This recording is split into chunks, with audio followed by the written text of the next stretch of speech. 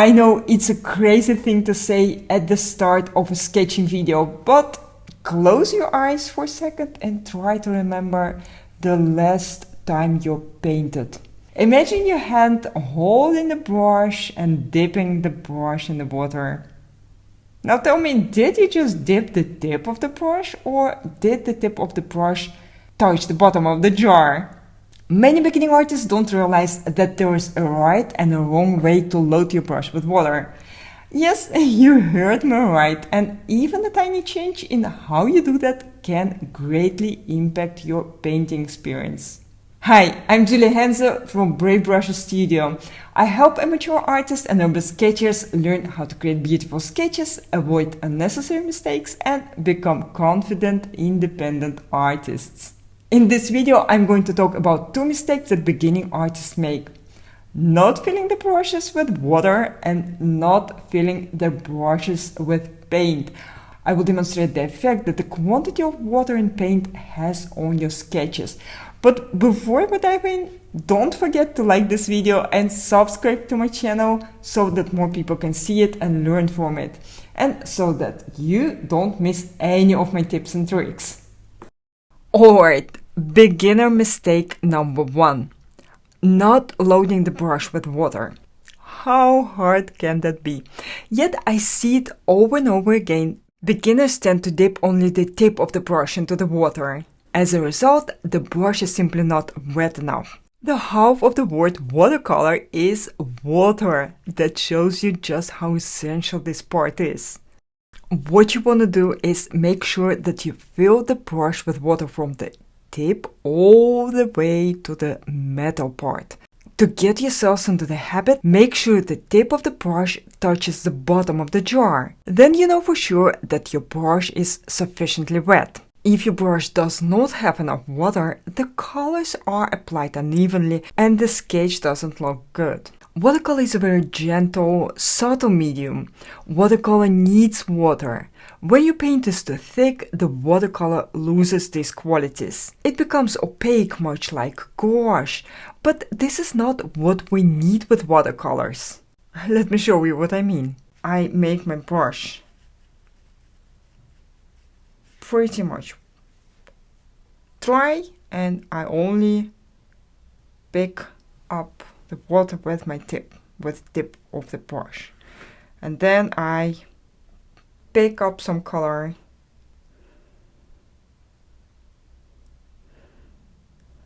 and I try to paint something, a line.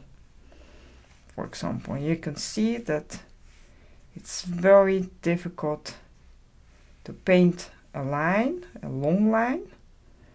It's very, very rough. And it's even more difficult to create a wash. It's very difficult. You know, you try to make it even and do maybe something like this, and it doesn't look that good, right? And you may choose to use little water in order to achieve a special effect, but you can't use it as your main technique. Overall, you want a wet brush, but not too wet.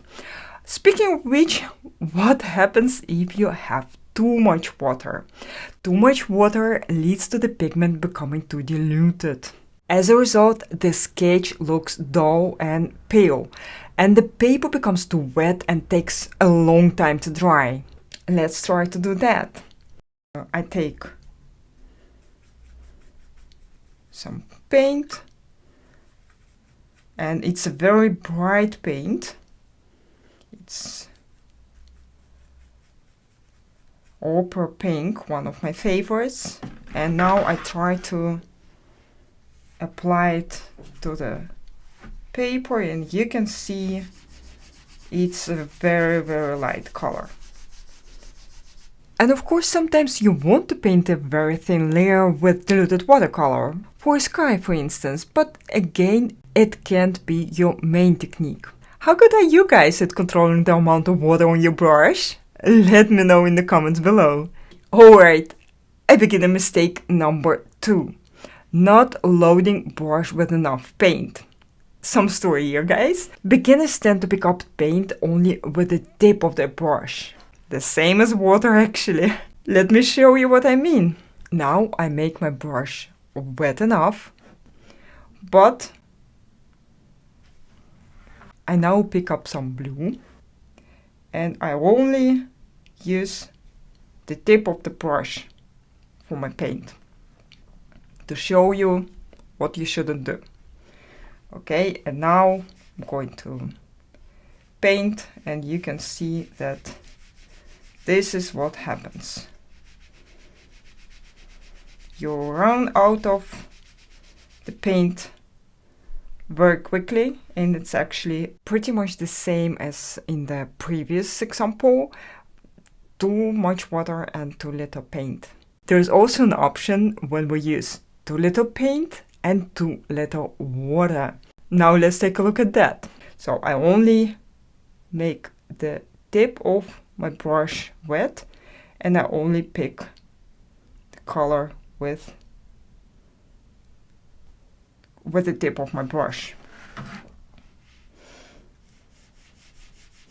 And now I start painting. And I now run out of both very quickly. Almost no water and no paint anymore on my brush. And then I probably want to get some paint this side, on this side, and then this is what we get. Not very bright and interesting to see.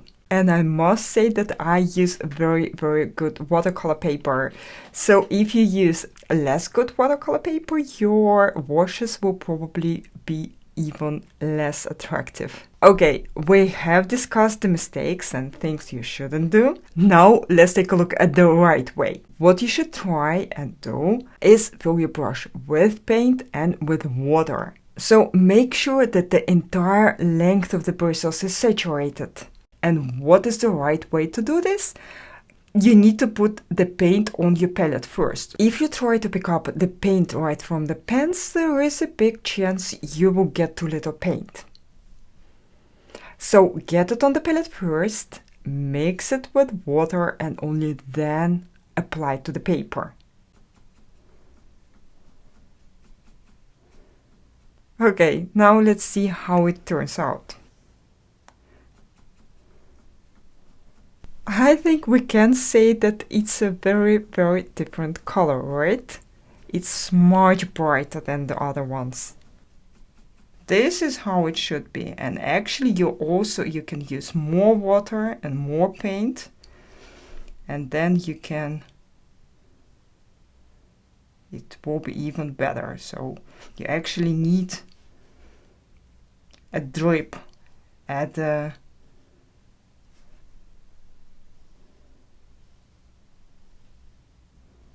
bottom of your wash.